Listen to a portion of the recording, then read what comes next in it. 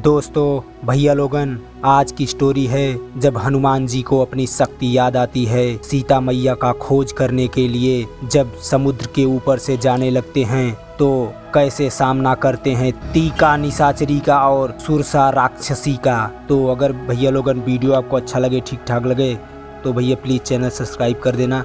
तो वीडियो में आगे बढ़ते हैं। जब हनुमान जी को अपनी शक्ति का ख्याल आता है तो जय श्री राम कहते हुए उड़ जाते हैं और उड़ने के बाद जब समुद्र के बीचों बीच पहुंचते हैं और जब सबसे पहले समुद्र देवता हनुमान जी को प्रणाम करते हैं और फिर आगे बढ़ते हैं। और जब समुद्र के अंदर से एक विशालकाय पहाड़ प्रकट होता है, हनुमान जी कहते हैं ये कैसी बाधा सामने आ गई। पर्वत देवता कहते हैं त्राहिमाम त्राहिमाम।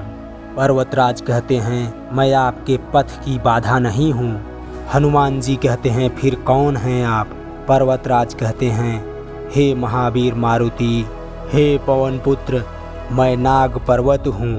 हनुमान जी कहते हैं पर्वत। पर्वत कहते हैं हाँ, तुम्हारे पिता पवन देव जी ने एक बार हमारी रक्षा की थी, इसलिए मैं उनका ऋणी हूँ। उस उपकार के बदले मैं तुम्हारी कुछ सेवा करना चाहता हूँ। मुझे समुद्र देवता ने भी यही आज्ञा दी है, क्योंकि श्री राम के पूर्वज महाराज सगर का उनके ऊपर उपकार है। तुम राम के कार्य से जा रहे हो, इसलिए समुद्र देव ने मुझे आज्ञा दी है कि मैं तुम्हें थोड़ी देर के लिए विश्राम प्रदान करूं।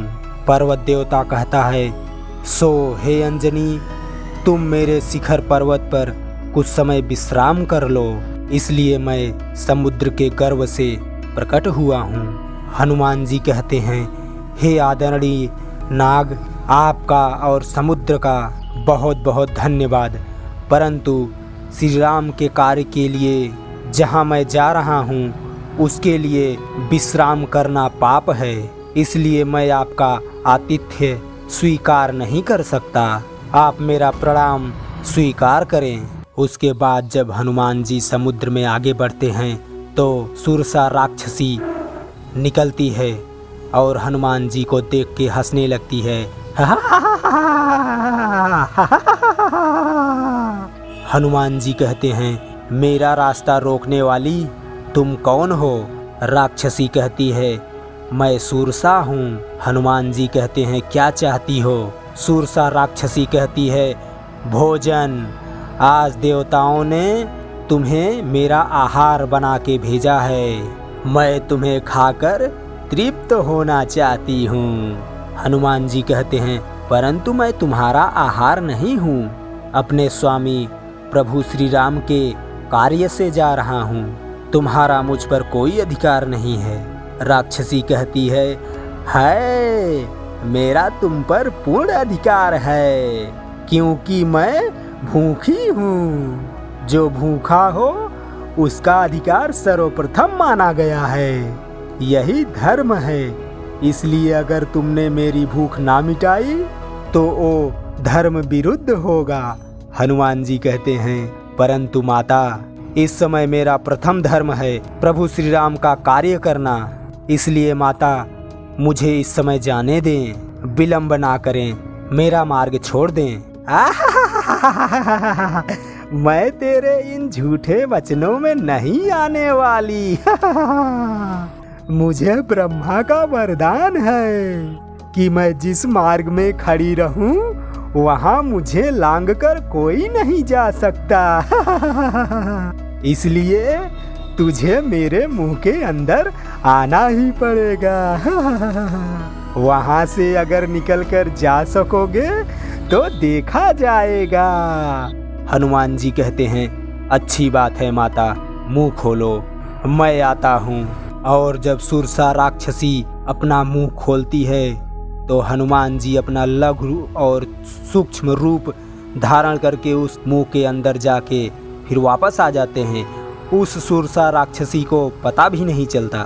फिर हनुमान जी कहते हैं लो माता, मैंने ब्रह्मा का वरदान झूठा नहीं होने दिया, तुम्हारे मुंह के अंदर से होकर निकल आया हूँ। फिर वह सुरसा एक देवी का रूप लेती है और कहती है तुम्हारा सत सत कल्याण हो पुत्र।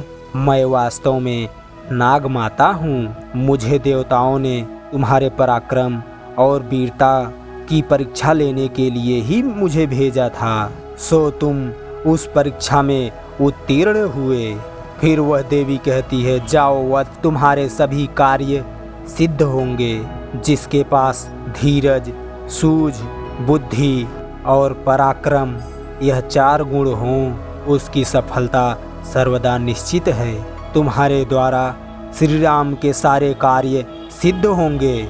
और फिर हनुमान जी उस देवी का धन्यवाद करते हुए आगे बढ़ते हैं। और हनुमान जी उड़ते उड़ते रुक जाते हैं और कहते हैं, ये कैसा माया जाल है? किसने मेरे पराक्रम को पंगु बना दिया है?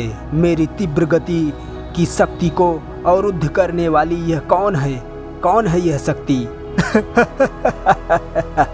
फिर हंसते हुए आवाज आती है, मैं तीका हूँ, तीका, तीका राक्षसी, तीका निशाचरी, उड़ते हुए पंछियों के परछाइयों को उन्हें पकड़ कर खाती थी। आज तुझे चबाकर बड़ा मजा आएगा।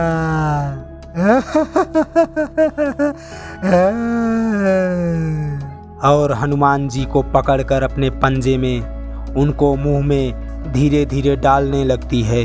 फिर हनुमान जी अपने गदा से उसके मुंह के अंदर ऊपर गदा से प्रहार करते हैं और गदा से प्रहार करते करते उसके मुंह के अंदर ही छेद कर डालते हैं और उसका सर फाड़कर बाहर निकलते हैं। जय श्री राम, जय श्री राम। और फिर तीका निशाचरी मर जाती है और हनुमान जी उसका खोपड़ी फाड़ कर बाहर निकल जाते हैं। फिर लंका की तरफ बढ़ते हैं और फिर शाम होते होते हनुमान जी लंका नगरी में पहुंच जाते हैं। तो भैया लोगन, अब तक का वीडियो आपको कैसा लगा? ठीक ठाक लगा हो तो भैया प्लीज़ चैनलवा सब्सक्राइब कर देना यार। भैया चैनलवा सब्सक्राइब कर देना यार। धन्यवाद, थैंक यू, जय हिंद भैया।